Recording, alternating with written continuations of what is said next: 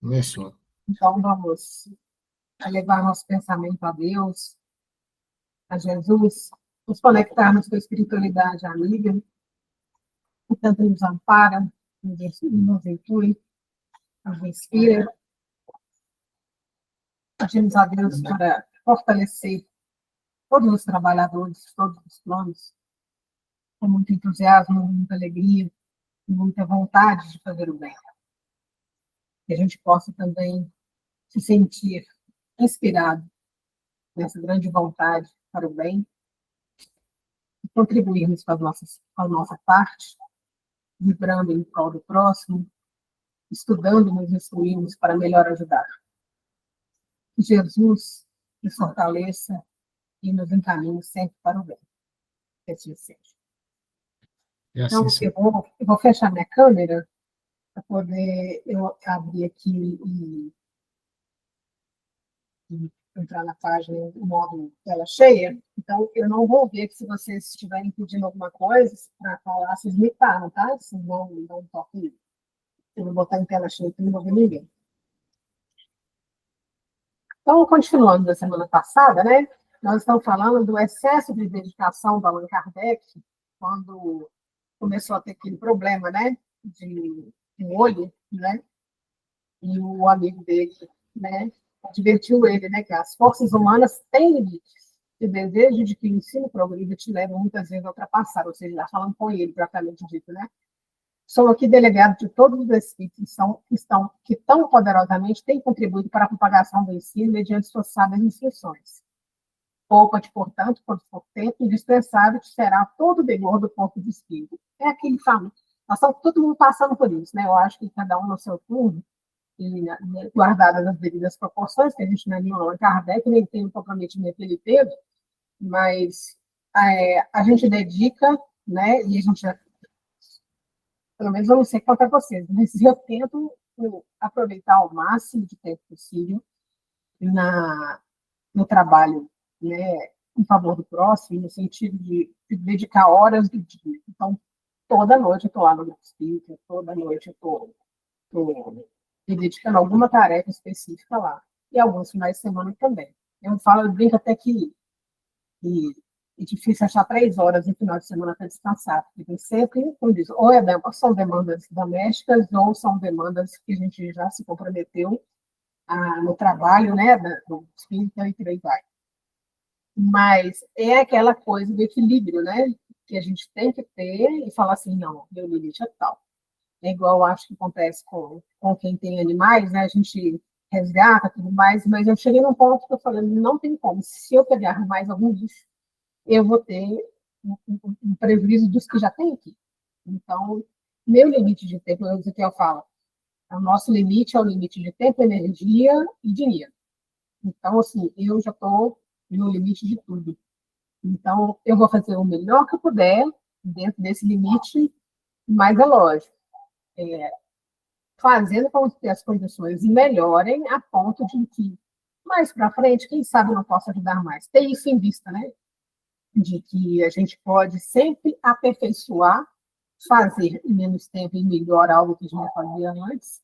Portanto, a gente pode abraçar mais causas e fazer mais coisas depois. Mas lembrando que se a gente não cuidar também de si mesmo, cuidar da saúde, do mental, um tempo atrás, o William também passa por isso, mas um tempo atrás eu tive tão estressado que Ezequiel nem esperou pedir.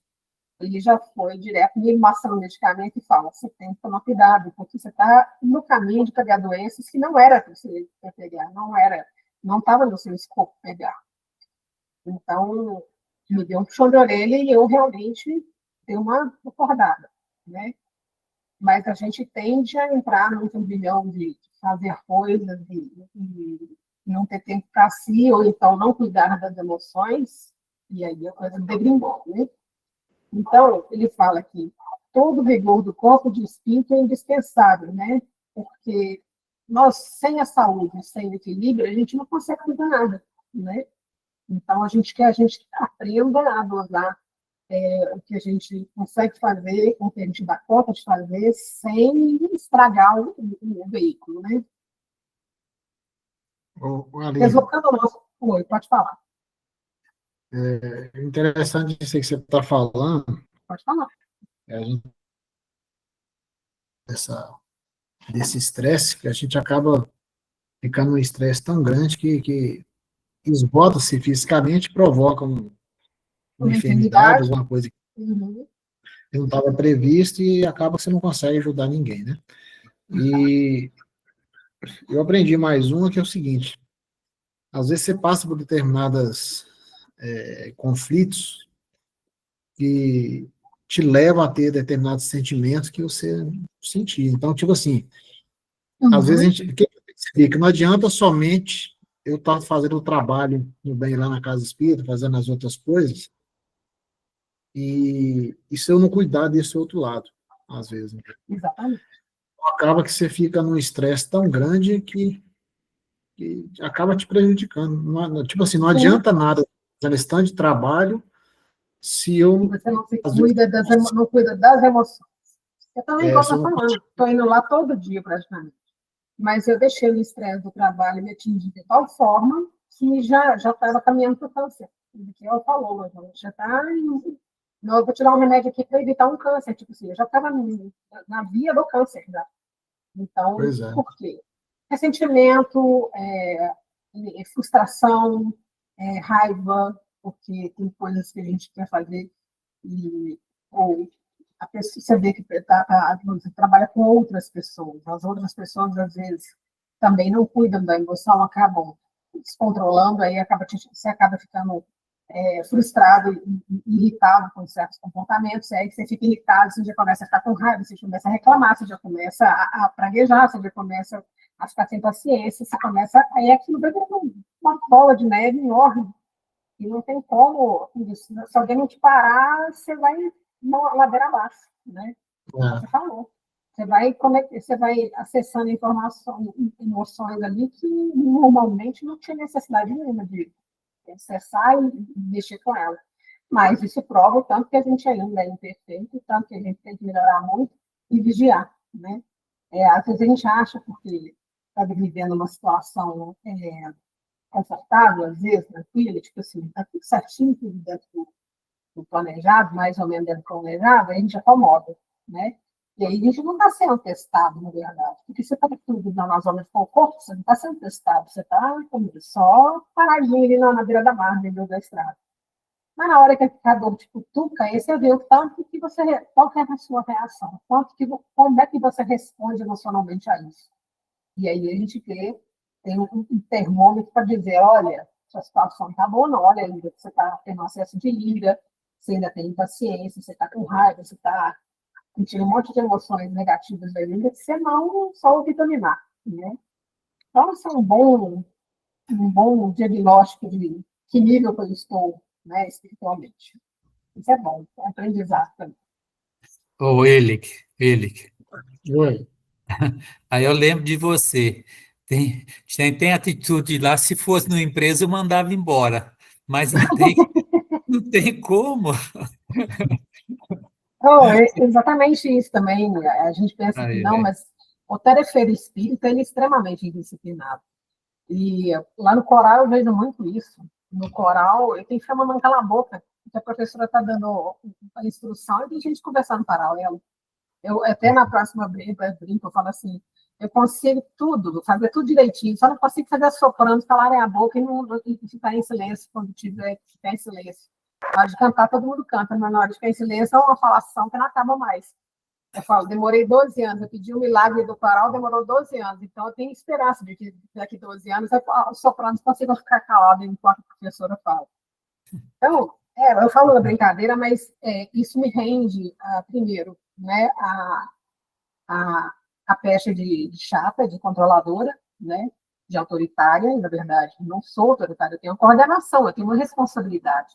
E as pessoas que não querem ser disciplinadas, elas colocam na carga do outro como se o outro fosse autoritário, como se o outro fosse mandão ou chato, né?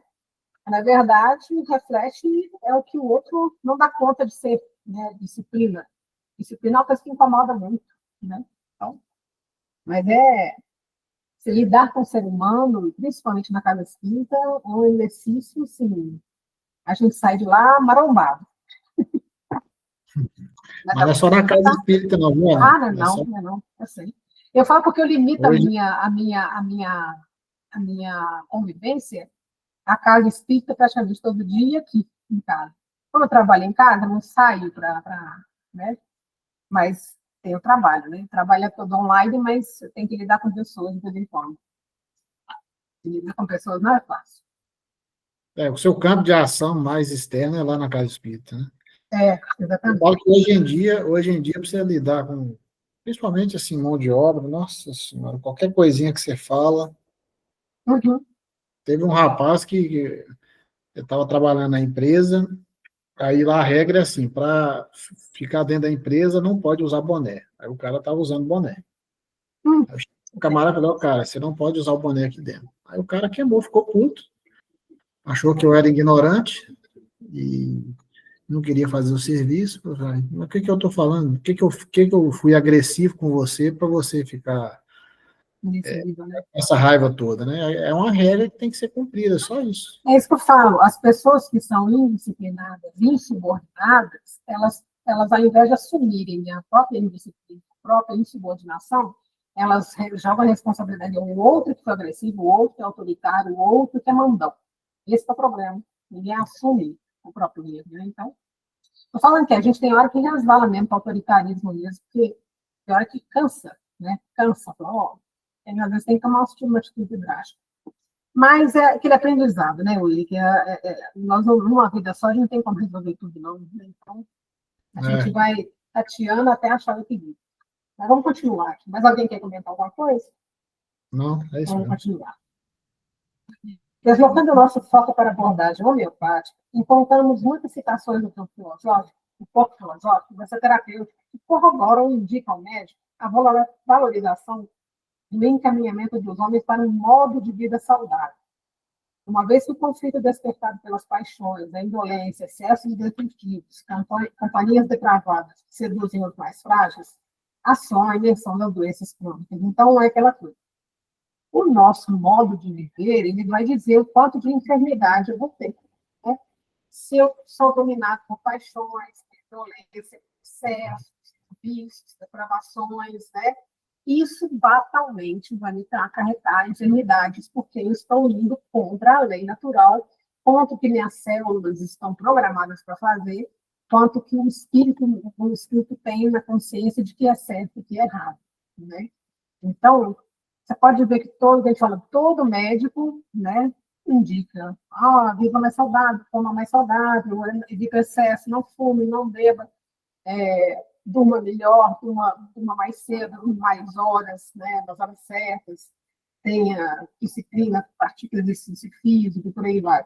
Significa que a indicação terapêutica é sempre no lado oposto dos vícios, né? Ela é no lado das virtudes. Então, significa que eu tendo um estilo de vida saudável, eu estou caminhando na direção das virtudes, né? E eu vou te falar, viu, gente, é muito difícil manter esse estilo de vida saudável. Eu passo por isso que eu tenho que vigiar todo santo dia. Tem 5 anos que eu comecei a mudar meu estilo de vida, mudei muita coisa, e ainda hoje, ela fala assim, então você já está acostumado. Não estou, não. Se eu distrair, eu já estou fazendo tudo de novo errado. Então, exige uma disciplina muito grande, uma constância, né, uma disciplina de persistência todo santo dia. É igual ao alcoólatra mesmo, quando você tirar o vício, né? É um dia de cada vez, mas esse dia, eu vou te falar um negócio, é minha eternidade, né? Então, continua. As circunstâncias da vida, as contrariedades, as mágoas, podem romper em doenças crônicas manifestas, aumentar sua expressão, dificultar sua cura e até torná-las irreversíveis. A alma batida por tristezas, sustos repetidos, pesar, aflições e contrariedades constantes fica exposta ao reaparecimento de transtornos já superados e ao surgimento de novos. Não sei se vocês lembram no capítulo que a gente estava estudando do mediunidade, doença da mediunidade, do serviço de paz, tinha uma senhora lá que tinha um problema no fígado. Vocês lembram disso? Lembro, sim. Que ele falou assim, então ela vai ficar curada? Ele falou, não, a lesão já foi feita. Então, assim, para reverter isso, ela teria que reverter muito mais coisas na vida dela, né? Mesmo assim, uma lesão, dependendo do tipo de lesão perfeita, é irreversível mesmo, já lesionou e pronto. Só na próxima encarnação mesmo. Então, a gente tem que, quando fala aqui em cima, né, de modo de vida saudável, né, dos nossos hábitos cotidianos, né, a gente tem que levar em consideração a questão das emoções também, como ele falou, né, que rompem doenças crônicas. A experiência de Dimas, personagem da Luiz em Obreiros da Vida Eterna, demonstra os efeitos que o corpo padece, cercado de Mauro teve as reiteradas conversões hepáticas convertidas em cirrose hipertrófica, portadora da desintegração. Apesar da vida digna, no exercício da mediunidade, desencarna por volta dos 50 anos em função da carência definida como a serenidade intangível do legítimo apóstolo do Evangelho. O choque recebido frente à dor alheia sempre repercutiu amargamente no coração. É o que a gente falou mais cedo. Não adianta nada eu ser um trabalhador do Cristo, fazer bem ao próximo, se por dentro eu estou um vulcão de emoções, não tenho controle nenhum daquilo que eu sinto, daquilo que eu penso, daquilo que, né, por fora está tudo certo. Por fora eu sou tranquilo, sereno, mas por dentro, né? Então, é aquela história. Não pode ser um lado só, né? Ele, apesar de estar no trabalhador do Cristo, ele se abusou, né? Não se cuidou, né? E além de não se cuidar, igual falou assim, mal alimentado, mal dormido, ele ainda teve, como diz, né? Ele não demonstrou, não sentiu a serenidade do trabalho. Que eu acho que é uma das dificuldades maiores que a gente tem. Eu acho que você lidar com ver uma pessoa sofrer, gente, não é fácil. Né? Ver um animal sofrer, a gente sofre junto, a gente não tem como. Tem hora que é muito difícil você segurar uma emoção dessa. E aí, a gente não, ao invés de ajudar, a gente ajuda, mas se atrapalha como mesmo tempo. E a gente prejudica a própria saúde. E aí é menos um na frente de trabalho. Se a gente for do ano em casa, vai desencarnar com 54 anos. É muito novo. Naquela época não era, né? Naquela época era super velho, 55 anos, uma pessoa de 50 anos, que é 1940, 50, precisa ver por escrito. Mas hoje não tem motivo. Hoje a pessoa vive até os 100. Então, se você desencarnar com 50, você está desencarnando muito cedo. Eu brinco aqui com minha mãe e falo assim, minha avó viveu 99 anos e 7 meses. Eu não espero nada menos do que isso da parte dela, porque ela ainda por cima se cuida, tem uma alimentação boa, faz exercício físico, se mantém ocupada, se mantém fazendo trabalho no grupo espírita, participa de reunião, participa de estudo, lê, costura, cozinha. Então, assim, é uma pessoa ativa. Então, não espero nada menos que uma vida de 100 anos, que é o mínimo que pode ser esperado hoje em dia. Mas se a gente não tiver um controle de emoções, a gente vai desgastar. A gente estava estudando isso na sexta-feira, na reunião mediúnica, que a Meire falou assim, e se eu não cuido, né, das minhas emoções, aquilo é um escoador de energia vital, ou seja, eu estou gastando uma energia vital que às vezes era para eu programar para viver 80 anos, e com 60 já gastei tudo que eu tinha que gastar, já não tem mais. A não ser que eu tenha muito crédito por trabalhar na obra do bem, e aí eu me concedo uma moratória, do contrário, eu não vou encarnar nessa hora mesmo. Né? Alguém quer comentar? Então, vou continuar. Comportamentos exóticos demandam um diagnóstico diferencial com transtornos mentais. No primeiro caso, em sua origem, pode surgir falhas de educação, maus hábitos, moral corrupta, negligência mental, superstição ou ignorância. Ele está falando, quem ouviu das outras vezes, a moça que tinha um problema cardíaco, ela tinha dois problemas. Ela tinha um problema no olho e um problema cardíaco. O problema no olho, ela acontecia porque ela tinha um ato da maledicência. O do coração é porque ela abusou da beleza e da sedução em outra encarnação. Ou seja, ela veio com uma enfermidade que já era programação, né, de reajuste, mas o hábito dela da maledicência fazia ela ter esse problema no olho. Então, falha na educação, maus hábitos, moral corrupta, negligência mental, suspeição e ignorância. Ou seja, isso tem, como diz, causa enfermidade, né? Quanto à prescrição homeopática adequada não resulta em melhoria, depreende-se que há algum fator verdadeiro obstáculo a ser movido de modo no ciclo de vida do doente. Ou seja, a pessoa, um orientador lá, né, no caso mentor, indicou uma homeopatia, né, não resultou em melhoria, significa que o hábito criou aquilo, o vício que criou aquilo, o sentimento ainda persiste. Então, eu vejo muito isso lá no receituário. Ele indica o medicamento, a pessoa volta, melhorou, mas voltou. Vai voltar, o que deu origem à enfermidade não está sendo curado, não está sendo trabalhado. Então, não adianta, a pessoa tem que se esforçar. O medicamento vai aliviar a situação, o sintoma? Vai, mas se a pessoa não fizer a parte dela, não renovar mentalmente, não renovar espiritualmente, não adianta, vai voltar sempre a ter os mesmos problemas. Alguns erros no regime de vida listados por Hahnemann: café, chá da China, especiarias medicamentosas, perfumes de todo tipo, pratos altamente condimentados, substâncias medicamentosas, excesso na alimentação, vida sedentária em recinto fechado, amamentação prolongada, vida noturna, falta de higiene, libido anormal, relações sexuais imperfeitas ou completamente suprimidas, cólera, pesar, paixão pelos jogos. Só coisa boa, né? A gente não faz nada disso, né, gente? Boa parte a gente passa essa lista em revista, né?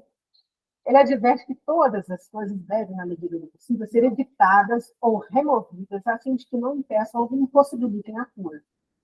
E o livro Organon, parágrafo 260, diz: uma dieta e um modo de vida estricto e homeopáticos não curam pacientes crônicos. O prático homeopata deve ceder perante as instâncias ao fazer suas prescrições relativas à dieta e ao modo de vida.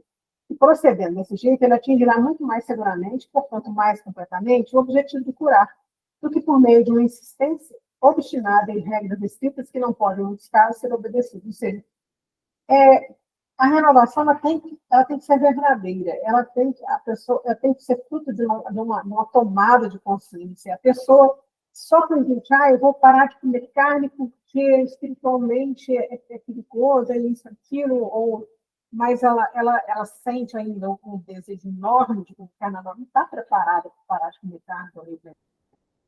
Não adianta você botar remédio. A pessoa tira a carne da pessoa, da boca da pessoa, e tira da mente, né? Então, a renovação tem que ser verdadeira e bem alicerçada. Ela não pode simplesmente fazer como se fosse um passo a passo, como se ela não estivesse participando daquilo, como se fosse um ato mecânico, né? Não é assim. Tem que ser vivenciada. Essa mudança, essa tomada de consciência tem que ser verdadeira. E às vezes ela é demorada, e às vezes cada um vai no ritmo, cada um vai tomar consciência de uma coisa primeiro e depois da outra, não tudo de uma vez. Não adianta a pessoa não vai querer virar santa de uma pessoa, um dia que assim funciona. O tratamento homeopático, propiciador do crescimento mediante auto-reservação, autodescobrimento, recomposição das vidas, enriquece a vida ampliando os horizontes. Como homeopata, temos aprendido que aqueles que nos procuram e em suas experiências são fontes de conhecimento, apresentando possibilidades e formas diferentes de viver.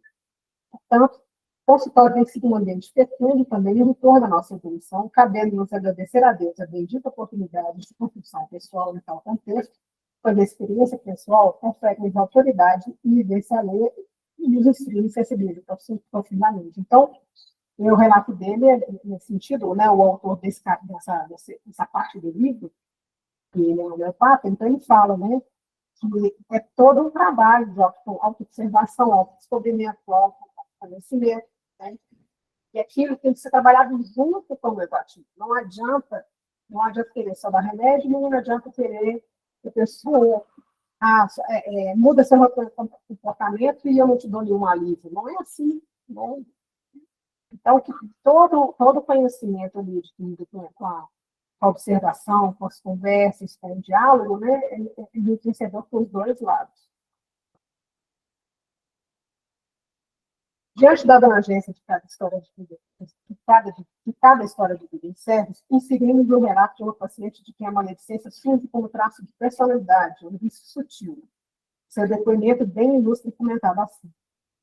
No retorno após 2 meses e meio do início do seu tratamento, indagamos acerca do que seria necessário mudar em sua vida. Ela disse, está mudando. Tinha um gênio horroroso, melindrado. Tudo eu levava para o campo pessoal.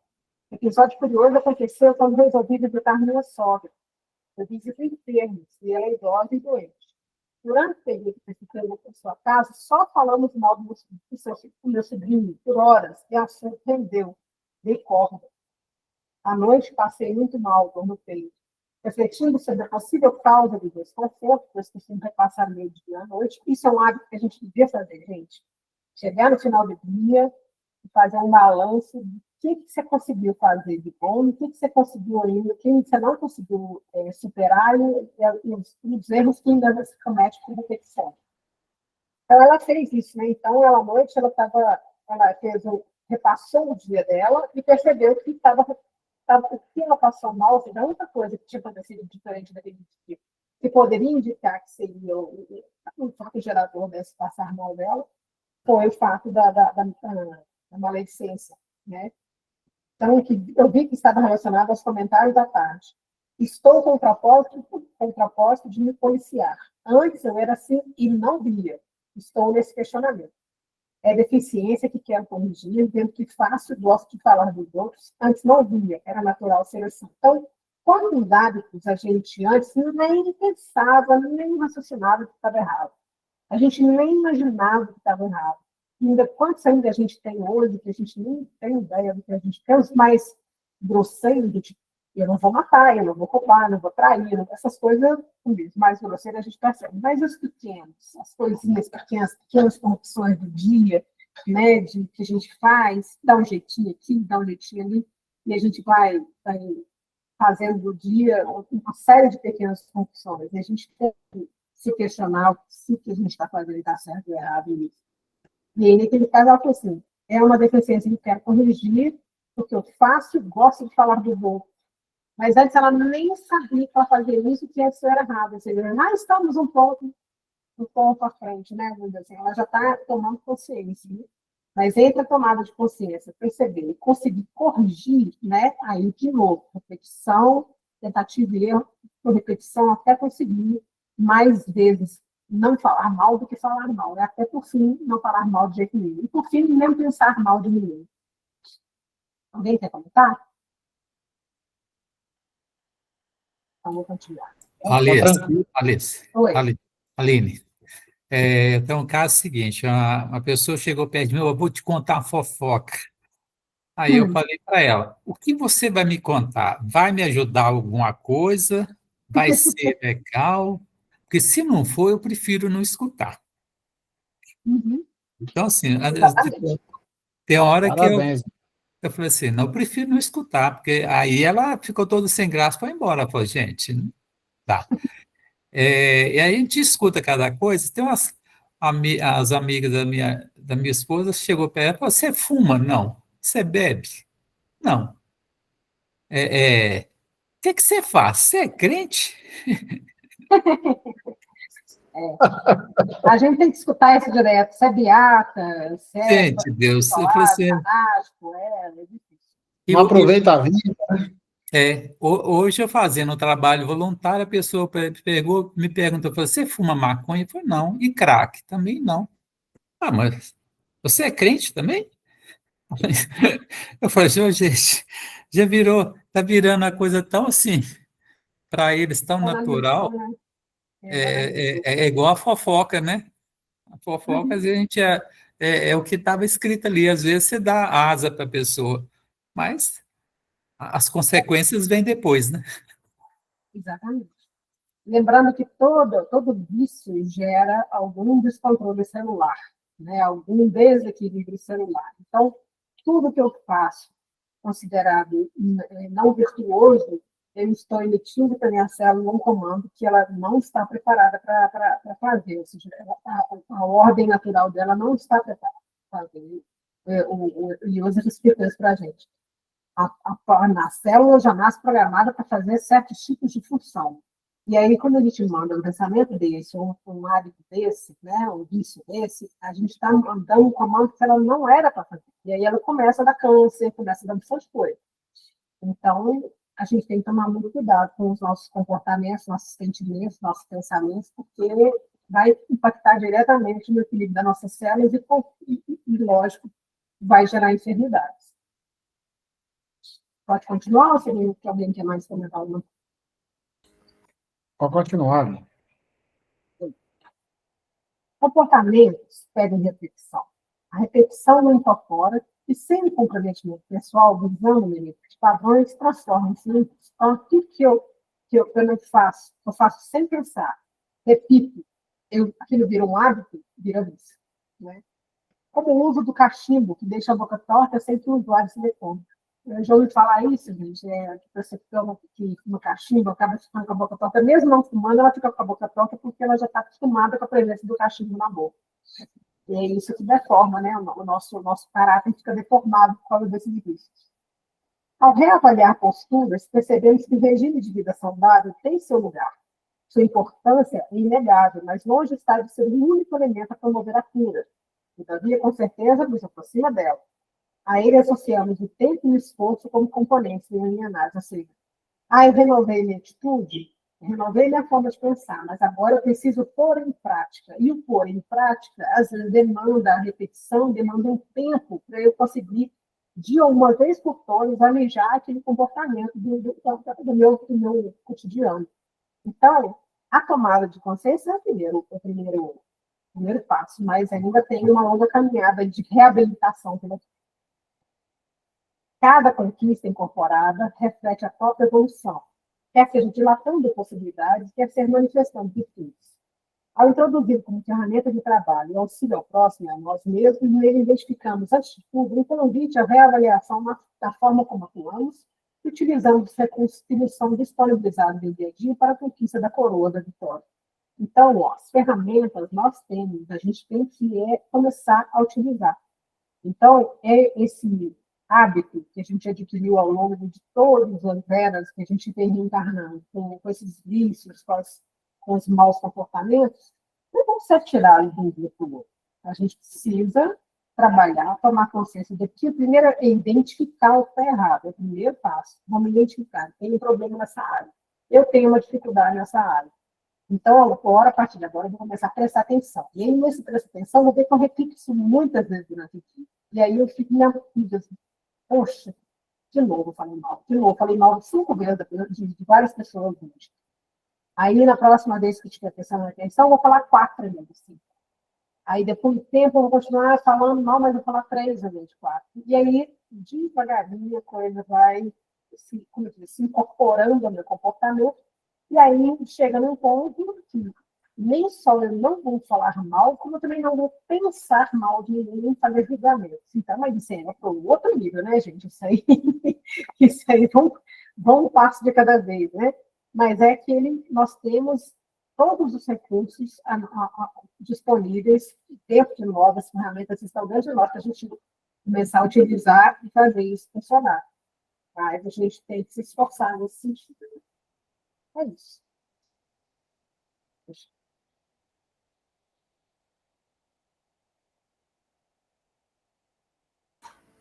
Estão aí? Vamos aqui. Cadê? Tem um pouquinho antes. Mas essas coisas é tudo interessante, né? Realmente é tudo aquilo que você falou aí. A gente tem que, além de todas as tarefas que a gente tem que assumir, não adianta nada trabalhar, se A gente, não pessoalmente, não acompanha. controlar, né? Conseguir controlar aquilo que você falou. E às vezes, igual Não é fácil não, viu, gente? Eu estou falando por experiência própria. Não é fácil, não. Porque em coisas que a gente acha que já está vencido na vida da gente, aí volta do nada, com um gatilhozinho, volta tudo, aí você fala, nossa, eu achei que eu tinha superado isso, estou lá fazendo isso de novo, oh meu Deus, eu achei que eu tinha superado essa mazela, ou esse mau hábito, ou esse vício, e aí Mas é aquele negócio, pelo menos você consegue identificar. Se conseguir identificar, já é um bom começo. Mas é um começo. Continuar. Né? Porque esse sente a dureza, né, cara? Porque, às vezes, por exemplo, assim, como você está falando, você está lidando com pessoas, aí, de repente, você começa a perceber que você está ficando com raiva daquela pessoa. Exatamente. A gente tem que combater esse sentimento de raiva. Aí é que tá. E eu estava passando isso com uma colega de trabalho. Colega não, a pessoa que me contratou por mês, né? É uma amiga minha de longa data, só que é uma pessoa que tudo ela faz drama. Eu, gente, eu tenho horror a drama. Quando a pessoa faz drama de tudo, e aí ela coloca, tipo assim, romanceia. Eu falo, gente, isso é trabalho, isso não é para ficar botando drama. Eu sou muito objetiva no trabalho. Muita gente pode pedir para fazer um negócio, eu faço. Eu falo, porque isso, porque aquilo. E aquilo foi me tomando de uma emoção de ressentimento, de raiva, você falou, que você falou assim, para que adicionar isso? O trabalho já é uma coisa que me ocupou um tempo, me desgasta o suficiente, ainda precisa ter uma emoção de drama misturada na coisa para poder parecer, tipo assim, que é... E tem gente que trabalha tendo, como diz, valorizar o lado da pessoa e ela, tipo, acaba, como vou dizer, diminuindo o seu ou aumentando o dela, mas assim, com doses de sedução, de amor e ao mesmo tempo de muito drama mesmo, para te falar a verdade. E aí você fala assim, gente, mas para que isso? Não precisava, era só pedir, eu trabalhei isso, faz isso, faço, pega tal hora, tal. Não, mas tem aquela carga, nossa, porque você tem que fazer, porque você tem que fazer, porque o negócio pula. Fiquei assim, sério? Para que isso, gente? E aquilo foi me dando muita raiva, igual você falou, foi me dando muita raiva, porque, tipo assim, toda vez que tinha uma demanda, essa demanda vinha carregada de uma emoção desnecessária, e eu acabava que eu assumia aquela emoção rebatendo com raiva e frustração. E aí comecei a ficar pegando cinza, como minha mãe. Eu estava num nível de irritação que há muito tempo eu não estava. E o Ezequiel chamou minha atenção para isso. Pô, tá indo com você. Vamos acordar. Aí me receitou um remedinho, eu tomando um remedinho, eu falei, e aí, tá mais calmo? Melhorou bem, né? Foi meio que tirar com a mão. Ele falou, porque você estava indo na direção do câncer. Eu falei, pois é, então vamos acordar. Né? A questão do ressentimento, né?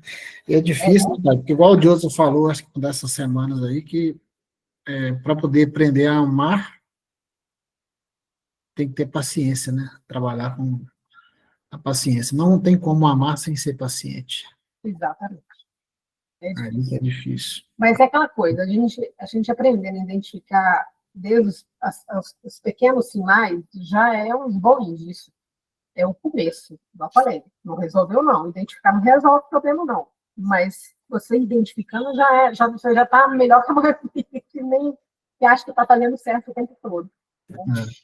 Outro dia eu estava vendo o Haroldo falar, eu falando assim, gente, às vezes quando você trabalha, eu faço tudo certinho, aí na hora que você acha que está bom, quando você vai ver, tem uma coisa que você tem que vencer ainda, que é o interesse pessoal.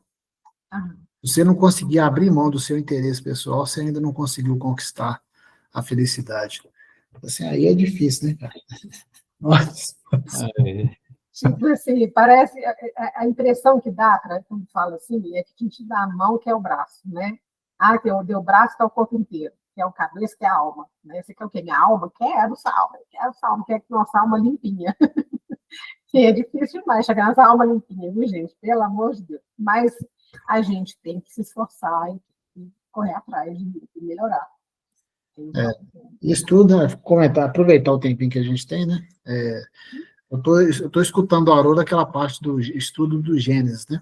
E tem uma parte lá que ele fala sobre os ciclos, né? Ele entra um pouco no Apocalipse, mas é mais voltado para o Gênesis.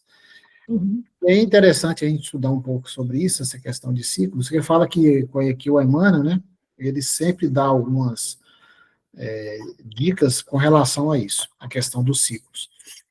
E aí a gente começa a entender que a nossa vida é sempre envolta desses ciclos. E ele fala que o número mágico é o número 7. Então, são 7 dias, né? A metade é 3,5, aí começa a dar alguns exemplos. E a importância desses ciclos que tem na natureza. E por que ele está falando isso? Porque ele está falando sobre a questão da criação, lá fala da criação dos luminares, né? Das estrelas, que é negócio todo, e ele fala qual que é a importância desses luminares, e que isso tem na nossa vida.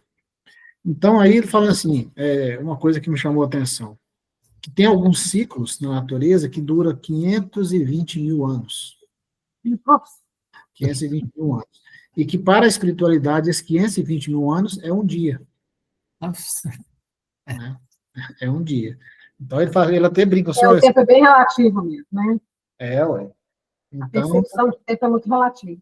E eu estava lembrando, eu não sei se você viu a palestra daquele que foi batizado o índio lá no Congresso, chegou a ver? Ele eu assisti. Como é que chama aquele cara lá? Ele falando que para o índio não existe hoje, amanhã, depois de amanhã, mês que vem, sábado, domingo, feriado, não existe isso, existe um hoje, né? E eu acho que, no final das contas, a nossa noção de eternidade seria isso, vivenciar o hoje o tempo todo. Não é ficar perdendo tempo, nem com o passado, nem ficar preocupado com o futuro. É você vivenciar o hoje. Então, por isso que as percepções de tempo devem dilatar ou devem ser relativas nesse sentido, porque se você só presta atenção no agora, no hoje, o que interessa quanto tempo passou, quanto tempo ainda vai passar? Né? Então, é muito interessante isso.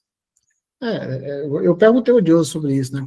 Que a gente preocupa demais que nós somos muito controladores, né? Principalmente eu. Por isso que você vive muito no futuro. Então, aí eu falei assim, mas como é que faz, então? Qual a diferença entre ser previdente e controlador, né? Ele falou que é a linha tênue, desse tamanhozinho. Né? E a gente sai rasgando ela assim, passa igual com o compressor nela. É complicado, né? Muito assim. Aline, achei interessante a questão o rapaz do índio. Gente, Deus, assim, não preocupa com comida, a comida o que tem. Amanhã é outro dia, é outra caça, pesca. Alguém recebeu uma orientação assim, né, Henrique?